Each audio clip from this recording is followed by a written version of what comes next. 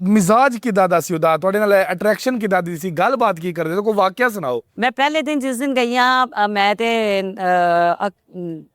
ਤੇ ਇਕੱਠੇ ਗਏ ਹਾਂ ਹਾਜੀ ਠਾਕੁਰ ਸਾਹਿਬ ਪਹਿਲੇ ਦਿਨ ਨਾ, ਤੇ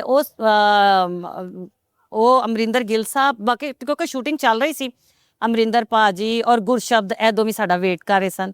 ਔਰ ਅਸੀਂ ਮੈਂ 2:30 ਵਜੇ ਪਹੁੰਚਿਆ, ਉਹਨਾਂ ਨੇ ਸਾਨੂੰ ਬਹੁਤ ਵੈਲਕਮ ਕੀਤਾ, ਸਾਨੂੰ ਜਾਂਦਿਆਂ ਖਾਣਾ ਖਿਲਾਇਆ ਔਰ ਬਹੁਤ ਮੁਹੱਬਤ ਕੀਤੀ, ਸੌਫਟ ਮੈਨੂੰ ਮੇਰੇ ਡਰਾਮਿਆਂ ਦਾ ਦੱਸਿਆ।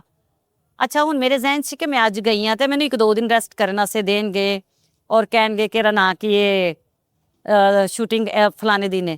ਅਸੀਂ ਜਦੋਂ ਖਾਣਾ ਵਾਣਾ ਖਾ ਲਿਆ ਤੇ ਕਹਿੰਦੇ ਮੈਮ ਜੀ ਹੁਣ ਇਹਦਾ ਨਾ ਕਿ ਸੁਬਾਹ 8 ਵਜੇ ਮੁਲਾਕਾਤ ਹੁੰਦੀ ਹੈ। ਮੈਂ ਕਿਹਾ ਜੀ ਸੁਬਾਹ 8 ਵਜੇ, ਮੇਰੇ ਖਿਆਲ 'ਚ ਉਸ ਟਾਈਮ ਵੱਜ ਗਏ ਸਨ 4, 4:30। ਮੈਂ ਕਿਹਾ ਜੀ 8 ਵਜੇ, ਕਹਿੰਦੇ ਤੁਹਾਡਾ ਪਹਿਲਾ ਸੀਨ 8 ਵਜੇ ਹੈ।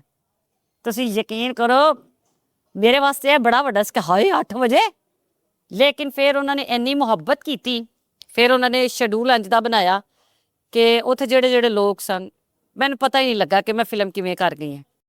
ਘਰ ਵਾਲੀ ਗੱਲ ਹੋ ਗਈ। ਘਰ ਸ਼ਰਾਰਤਾਂ, ਮੇਰਾ ਫੇਸਬੁੱਕ ਚੈੱਕ ਕਰ ਲਓ, ਮੇਰੇ ਪੇਜ ਤੇ ਚਲੇ ਜਾਓ, ਤੁਹਾਨੂੰ ਮੇਰੀਆਂ ਸ਼ਰਾਰਤਾਂ, ਮੇਰੀ ਵੀਡੀਓਜ਼ ਹਾਜੀ ਠਾਕਰ ਨੇ ਆਪਣੇ ਪੇਜ ਤੇ ਬਹੁਤ ਪਾਇਆ, ਤੁਸੀਂ ਵੇਖੋ। ਅਸੀਂ ਸਿਰਫ ਸ਼ਰਾਰਤਾਂ ਹੀ ਕਰਦੇ ਰਹੇ ਹਾਂ, ਅਸੀਂ ਕਿਸੇ ਚੀਜ਼ ਨੂੰ ਟੈਨਸ਼ਨ ਨਹੀਂ ਲਿੱਤੀ। ਅਸੀਂ ਅਲਹਮਦੁਲਿल्लाह ਰੱਬਿਲ ਆਲਮੀਨ ਕੰਮ ਨੂੰ ਸੀਰੀਅਸ ਲਿੱਤਾ।